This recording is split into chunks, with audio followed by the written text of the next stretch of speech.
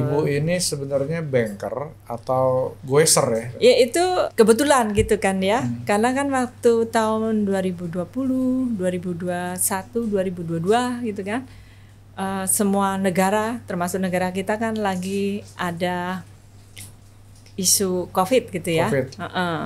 Dan di situ kan memang ada pembatasan-pembatasan dari pemerintah gitu ya untuk tadi ya mengatasi paparan gitu ya, paparan dari COVID kan salah satunya adalah melakukan pembatasan aktivitas, termasuk juga kita bekerja juga disarankan untuk melakukan pekerjaan dari rumah, work from home.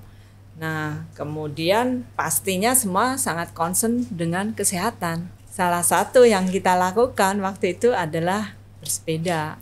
Jadi memang belajar sepeda sejak ada COVID. Nah, waktu itu di kantor nih, memang di kantor atasan itu, ayo kita bersepeda, maksudnya olahraga bareng gitu ya. Karena kan waktu itu kita juga harus banyak-banyak cari matahari kan. Jadi ya sambil berolahraga menggerakkan tubuh gitu ya. Terus dapat juga sinar matahari, paparan yang biar untuk melindungi kita gitu ya. Nah, semua yuk bersepeda. Yang lain mungkin sudah selesai, sayanya masih jalan. Ternyata juga dalam rombongan-rombongan yang Ibu ikuti ya, kan rombongan biasanya grup juga. Komunitas. Ternyata Ibu banyak ketemu juga developer, bahkan itu jadi bukan hanya olahraga, bukan hanya sehat, bukan hanya hobi, tapi juga bisa bersinergi bisnis ya. Betul. Ada salah satu nih yang sekarang boleh disebut developernya atau enggak? Siniti gitu ya. Siniti, Pak Ming Liang. Ya, waktu itu beliau hubungin saya gitu ya. Bilang kami ada project di daerah Cikarang gitu kan. Terus saya tanya landed house atau apartemen karena waktu itu kan masih COVID gitu ya. Oh, landed house. Oh ya udah. Janjiannya ketemunya tuh di sirkuit Sentul. Bersepeda. Nggak tahu kita ngobrol apa gitu, Pak. Oh, besok itu lagi mau bersepeda kami gitu. Oh ya udah. Mereka gabung.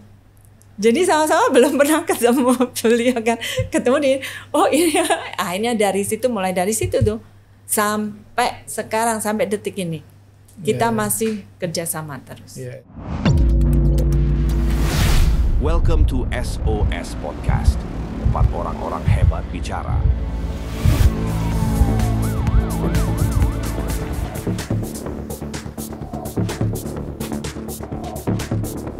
Welcome to SOS Podcast, Synergy Open Talk Session, tempat orang-orang hebat bicara. Kita lanjutin lagi ceritanya nih. Iya. Tapi kita cerita sekarang masuk ke bank nih ya. Tadi hobi ya. Oke Bu, sebenarnya perjalanan karir Ibu di Bank Mandiri seperti apa Bu? Masuk ke Bank Mandiri itu sejak tahun 2007 Desember. 2007. Dan memang masuk di grup yang mengelola pembiayaan untuk konsumtif ya. Konsumtif itu untuk KPR, kemudian Oto juga di dalam satu grup yang sama. Jadi mulai dari masuk awal ke Bank Mandiri sampai dengan sekarang masih di divisi atau grup yang sama. Ya. Jadi terakhir ini kan Ibu menangani lebih spesifik ke arah developer ya, kalau begitu. Iya, iya. Ya, Otonya udah mulai berkurang ya.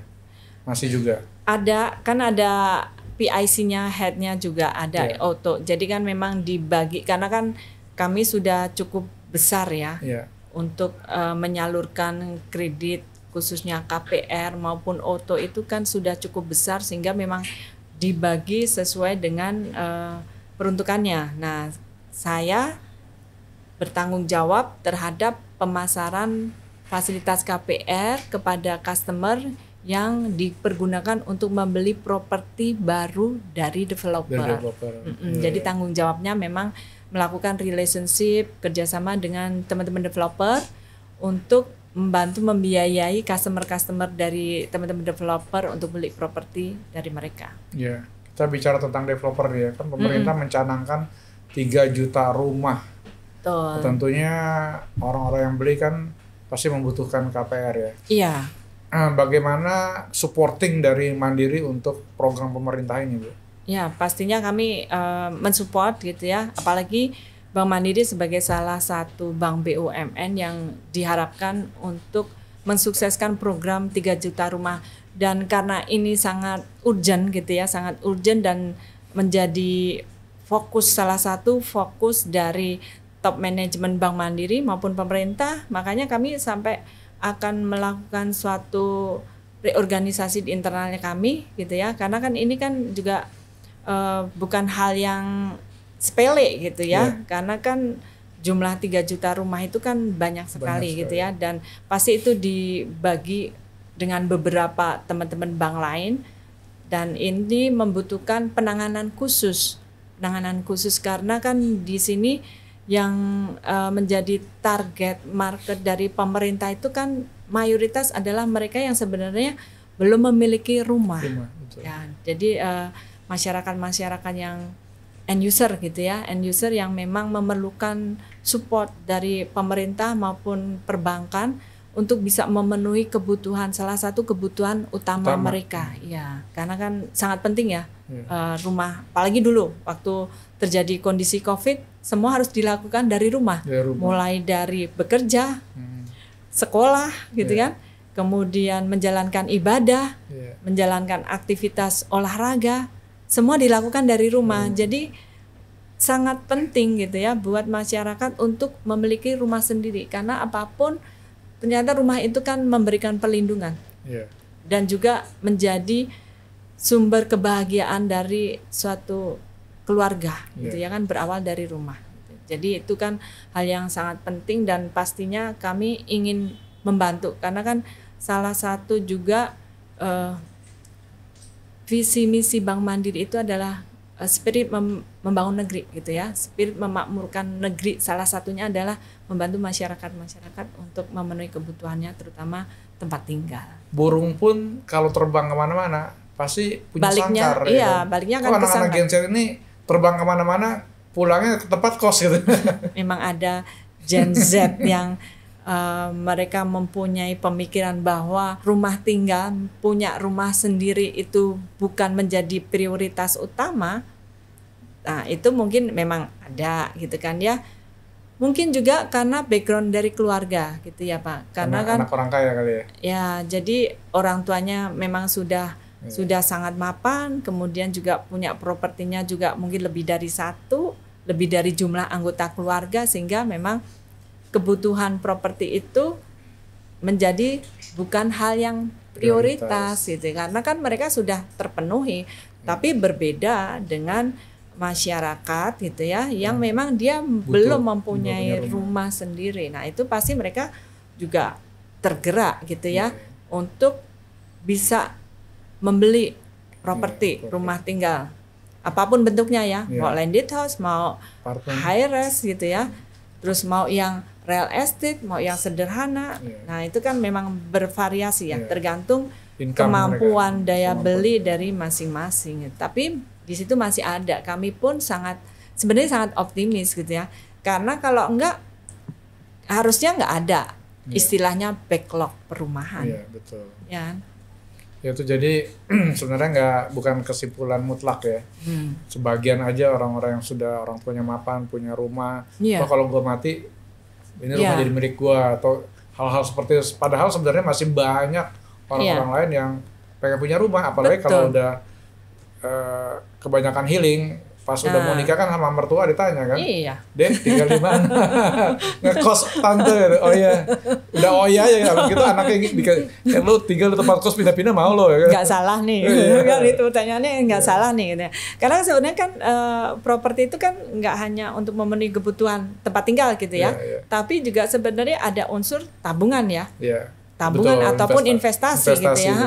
Kadang kita udah beli meskipun misalnya jauh, tempatnya jauh, tapi tanpa disadari nanti dengan berjalannya waktu, kemudian akses semakin terintegrasi. Nah, itu kan juga pasti akan memberikan prospek gitu ya, bahwa properti yang dulu dia beli mungkin agak jauh gitu dengan harga sekian, udah tahu-tahu udah berapa gitu ya. Nah, ini kan sebenarnya yang mungkin perlu kita terus-menerus gitu kan ya, maksudnya kasih informasi, kasih pemahaman kepada generasi-generasi berikutnya gitu ya, bahwa itu nggak sekedar untuk memenuhi tempat tinggal gitu ya, bernaung, tapi juga itu nanti suatu saat kalau kita butuh gitu ya, oh ternyata punya ya ada properti yang mungkin bisa dilepas atau bisa digunakan apapun gitu kan ya, entah disewakan gitu ya, entah buat usaha kalau misalnya itu bentuknya ruko, rukan, rukos gitu ya. Dan jadi sebenarnya inilah yang ayo adik-adik kita gitu, anak-anak kita gitu kan ya. Begitu mulai sudah berpenghasilan ya yang difokuskan itu. Makanya kenapa kita juga menganjurkan ayo pakai fasilitas KPR. Kenapa gitu kan ya? Ya kan biar kalian juga masih bisa healing. Tidak semua penghasilannya dikumpulin untuk nabung ini, tapi tetap bisa jalan healingnya, jalan-jalan, tapi sudah bisa juga beli properti dari sekarang. Betul. Dengan menyicil tadi, mengangsur gitu. Nah inilah yang kita kasih pemahaman ke generasi-generasi berikutnya. Makanya kalau generasi berikutnya itu udah berbeda ya. Zaman kita dulu kan membaca segala macam gitu. Kalau sekarang kan cenderung ke visual. Makanya kita juga mengedukasinya juga mungkin bukan dari bacaan, tapi dari sisi emotion ya. Namanya visual. Makanya Bank Mandiri juga bikin kayak video kayak film-film cerita pendek Netflix yang intinya ujung-ujungnya itu punya rumah sendiri itu sangat penting. Betul Bu. Jadi memang kalau kita lihat sekarang nih bank ini sangat mensupport ya kan? Dan juga Ibu juga ada program juga mensupport untuk digital ya, itu seperti apa ya? Iya, karena ini kan sudah era digital yang nggak bisa kita hindari gitu ya. Segala kehidupan, aspek kehidupan kita kan sekarang ini nggak bisa lepas dengan digital, dan itu juga memang kalau kita tidak mengikuti, Bank Mandiri itu tidak bertransformasi ke sana ya pastinya customernya juga akan kesulitan ya, karena apapun yang kita lakukan setiap saat untuk terus berinovasi tujuannya adalah untuk memberikan kemudahan customer-customernya Bank Mandiri, karena kan mereka membutuhkan pelayanan yang mudah, simple, cepat gitu kan ya. Tidak perlu banyak berkomunikasi. Iya, dan salah satunya kan melalui tadi digital. Sekarang kan bisa dilihat gitu ya. Berapa banyak sih nasabah yang datang ke cabang? Berbeda dengan zaman dulu sampai harus dibikin line antrian gitu. Betul. Ya. Sekarang kan enggak. Karena apa? Mereka sudah banyak melakukan transaksi melalui digital. Sekarang kita kemana-mana enggak bawa dompet, masalah gitu kan ya. Yang penting jangan sampai enggak bawa handphone, karena semuanya ada di situ. Kayak QRIS soalnya. Iya. Mau untuk transaksi pembayaran gitu kan, transfer, kita kirim dana cash ke keluarga gitu ya. Misalnya kita udah pergi, lupa tadi belum ngasih uang tinggalan gitu. Kita dengan aplikasi tadi, keluarga bisa ambil di ATM terdekat mereka. Kita cuma tinggal ngirim tokennya aja. Dia bisa ambil tanpa harus menggunakan kartu ATM. Jadi bisa datang ke ATM terdekat, ATM-nya Bank Mandiri, bisa langsung melakukan transaksi tarik tunai gitu kan ya, tanpa menggunakan kartu, dan itu sangat memudahkan. Jadi benar-benar sekarang ini kehidupan sangat mudah. Nah, termasuk tadi gitu ya, terkait dengan kebutuhan tempat tinggal. Nah, Bank Mandiri ini kan sudah mengembangkan aplikasi transformasi digital, baik untuk nasabah yang individu maupun nasabah yang korporasi. Kalau korporasi pakai Kopra. Nah, kalau yang individu itu kita pakai aplikasi Livin. Nah, di dalam aplikasi Livin ini banyak sekali segala hal gitu ya, transaksi keuangan yang bisa kita lakukan, termasuk kalau kita lagi cari-cari properti. Di situ ada semua ya? Ada semuanya. Di situ ada fitur Livin KPR. Nah, fitur Livin KPR ini baru setahun persis ini kita kembangkan, bulan Juni tahun kemarin gitu ya. Di dalam aplikasi tadi kami sudah memasukkan semua proyek-proyek properti dari teman-teman developer yang memang sudah bekerja sama dengan Bank Mandiri. Jadi nasabah bisa lihat Kalau dulu mungkin portal properti kan ada tuh berbagai portal properti. Nah ini seperti itu. Tapi di dalam aplikasi Livin. Nah aplikasi Livin ini penggunanya sudah banyak sekali, lebih dari 23 juta. Wow. Dan itu mayoritas adalah mereka yang berpenghasilan. Ya. Karena kan memang itu aplikasi untuk melakukan berbagai transaksi finansial ya. Dan itu juga bisa digunakan kemana aja, ke seluruh dunia bisa. Dan saya dengar juga Livin ini juga sangat, bukan Livin ya sebenarnya, dari Bank Mandiri ini kan banyak nasabah-nasabah yang potensial, bahkan membantu developer ya. Jadi developer kalau mau cari customer nggak usah susah deh. Ini kita punya database sekian puluh juta. Ayo kita bikin engagement, pertemuan, gathering itu siap disupport sama Bank Mandiri. Terus-terusan. Kami terus-terusan. Bank Mandiri ini kan berasal dari gabungan 4 bank. Ya kan, 4 bank yang memang dulu core bisnisnya adalah korporasi. Nah, berarti kan nasabahnya kan nasabah-nasabah corporate ya. Betul. Nah, di dalam nasabah corporate kami itu kan ada potensial individu mulai dari ownernya, BOD, BOC, kemudian employee dari perusahaan mereka itu. Nah, itu kan pasti menjadi potensi yang sangat luar biasa untuk tadi ya, kami kolaborasikan dengan teman-teman developer. Jadi memang sudah beberapa tahun terakhir ini kami itu selalu bersinergi dengan teman-teman developer ya. Nih, Bank Mandiri ini punya potensi nasabah sangat besar gitu ya, dan pasti mereka juga punya kebutuhan terkait dengan properti. Jadi kita lakukan joint campaign, joint marketing ke nasabah-nasabah existingnya Bank Mandiri. Nah, salah satu upayanya tadi kan di aplikasi Livin, ada Livin KPR yang di dalamnya sudah kami masukkan gitu kan ya, semua produk-produknya teman-teman developer. Itu dari sisi supply-nya gitu kan, dari sisi barangnya. Nah, dari sisi target marketnya, customernya, pembelinya, kami ada nasabah-nasabah existingnya kami gitu ya. Dan memang ini bertahap kami berikan ke nasabah existingnya kami gitu ya. Jadi kalau yang sudah punya Livin KPR, dia udah ada tuh nanti, sudah punya plafon KPR, tinggal digunakan untuk beli properti mana ya, tinggal dicocokkan. Udah keluar ya, kalau saya mau KPR sudah. Berapa plafon saya keluar gitu? Udah ada.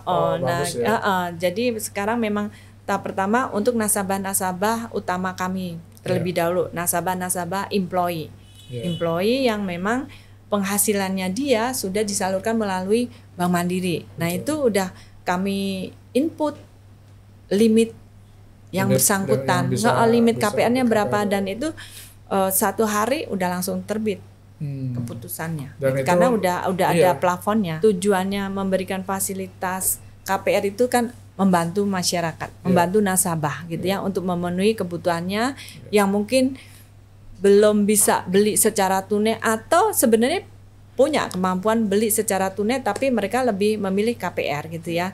Nah, ini tujuannya kami adalah membantu gitu ya, membantu memenuhi kebutuhannya. Kami tidak ingin memberatkan. Makanya juga harus benar-benar kami berikan kepada nasabah yang eligible, dalam artian bahwa dari rasio income dia dengan kewajiban dia itu masih ada room gitu ya untuk membiayai hidup mereka sehari-hari.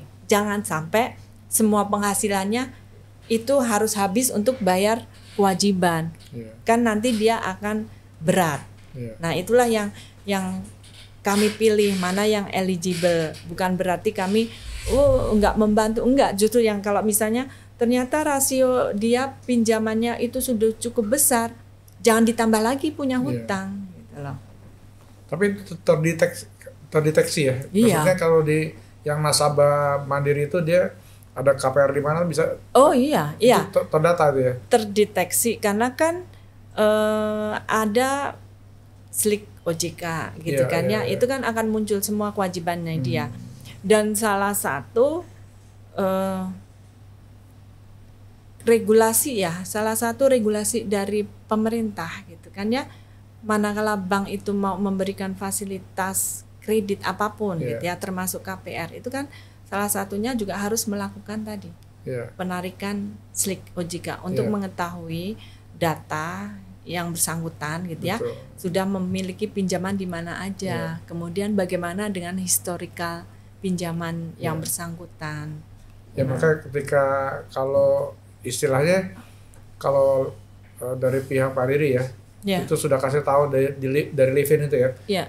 Kamu bisa KPR dengan plafon sekian. Itu sebenarnya kan sudah punya kewajibannya limit. Dia segala macam semua udah terdeteksi semua kan.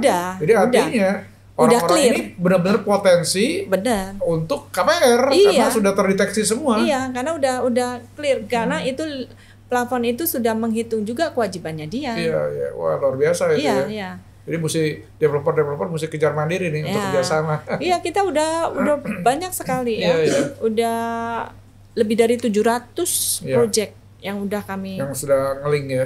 Salah satu upaya gitu ya yang terus dilakukan oleh Bank Mandiri untuk memberikan kemudahan kepada nasabah-nasabah existingnya Bank Mandiri dan juga teman-teman developer. Berarti kalau udah menjadi partner bisnisnya Bank Mandiri, teman-teman developer otomatis kan sudah menjadi nasabah Bank Mandiri dan itu juga harus kami berikan benefit juga gitu ya, bahwa berpartner dengan Bank Mandiri itu ada loh benefit juga yang kami upayakan untuk membantu teman-teman developer. Karena sebenarnya untuk produk KPR itu yang paling utama propertinya terlebih dahulu harus terjual. Karena kalau enggak kami nggak bisa memasarkan produk kami, KPR-nya kan. Nah jadi yang kami lakukan sekarang adalah membawa nasabah ke teman-teman developer dan itu memang nggak mudah ya, maksudnya membiasakan yang memang dulu belum dilakukan tuh sekarang dilakukan itu kan nggak semudah membalik tangan, tapi kami terus melakukan hal tersebut biar teman-teman di cabang yang memang mengelola nasabah-nasabah tersebut semakin terbiasa untuk melakukan join aktivitas dengan teman-teman developer. Oke, Bu Ayu, terima kasih sudah hadir di acara SOS Podcast ini. Mungkin Ibu bisa sampaikan satu closing statement buat generasi-generasi muda gitu ya, masyarakat maupun generasi muda itu nggak perlu ragu gitu ya untuk beli properti. Meskipun mungkin nggak ditinggali gitu ya, beli aja properti. Kemudian jangan ragu, jangan takut tuh, uangku nggak cukup nih, belum cukup untuk beli properti. Nggak harus tunggu sampai uangnya terkumpul seharga properti. Kalau nunggu-nunggu dikumpulin, ya nanti kalau properti yang namanya properti katanya kan jodoh-jodohan, apalagi rumah tempat tinggal itu kan kayak jodoh gitu ya. Yang diincar begitu nunggu dulu uangnya terkumpul, ternyata udah nggak ada, sudah terjual. Ataupun misalnya masih ada, harganya emang masih sama. Sementara kita untuk ngumpulin tabungan itu kan butuh waktu. Jadi ya lebih bijak gitu kan ya. Alangkah baiknya menggunakan fasilitas KPR gitu ya. Mau bank manapun ya pastinya KPR Mandiri lah ya gitu kan ya. Terus sehingga dengan menggunakan fasilitas KPR bisa beli properti sekarang dengan harga sekarang. Betul. Gitu ya. Nanti dengan berjalannya waktu itu nggak berasa. Kalau sudah beli sekarang mampu gitu ya bayar angsuran KPR-nya sekarang, ya nanti dengan berjalannya waktu pasti akan semakin ringan. Karena orang kalau hidup berjalan itu kan pasti juga punya planning ya, punya target bahwa kehidupannya harus semakin membaik gitu ya. Nah inilah yang ayo kita coba teman-teman gitu kan ya, adik-adik generasi muda sekarang gitu ya. Dan kenapa juga dengan menggunakan fasilitas KPR gitu kan ya, biar tadi kebutuhan untuk hal yang lain misalnya leisure, jalan-jalan itu gak terganggu. Jadi masih ada dana gitu ya dari penghasilannya untuk bisa digunakan juga jalan-jalan. Kalau jalan-jalan kan pinginnya juga masih muda, bisa jalan ke sana sini gitu kan ya. Apalagi sekarang udah eranya sosial media dan itu nggak bisa dihindari gitu kan ya. Upload lagi di mana gitu kan ya. Itu jadi salah satu kebanggaan juga. Tapi akan lebih membanggakan lagi jalan-jalannya tetap jalan, punya rumahnya juga punya gitu, dan itu sangat lebih membanggakan gitu kan ya. Jadi jangan ragu-ragu, beli sekarang gitu ya, nggak perlu ditinggali juga nggak apa-apa gitu ya. Nanti ya nggak akan itu tiba-tiba ternyata punya rumah ya dulu yang ini, harganya udah kaget gitu ya. Dan itu hal yang luar biasa gitu ya. Jadi sayang kalau tidak dimanfaatkan. Oke, terima kasih Bu Ayu Pertiwi sudah hadir di acara. Terima kasih banyak Pak Ismet sudah mengundang, kasih kesempatan untuk ngobrol-ngobrol sore hari ini. Oke, Bu Ayu, terima kasih sudah hadir di acara SOS Podcast. Ini ada kenang-kenangan dari sponsor kita dari Dexon.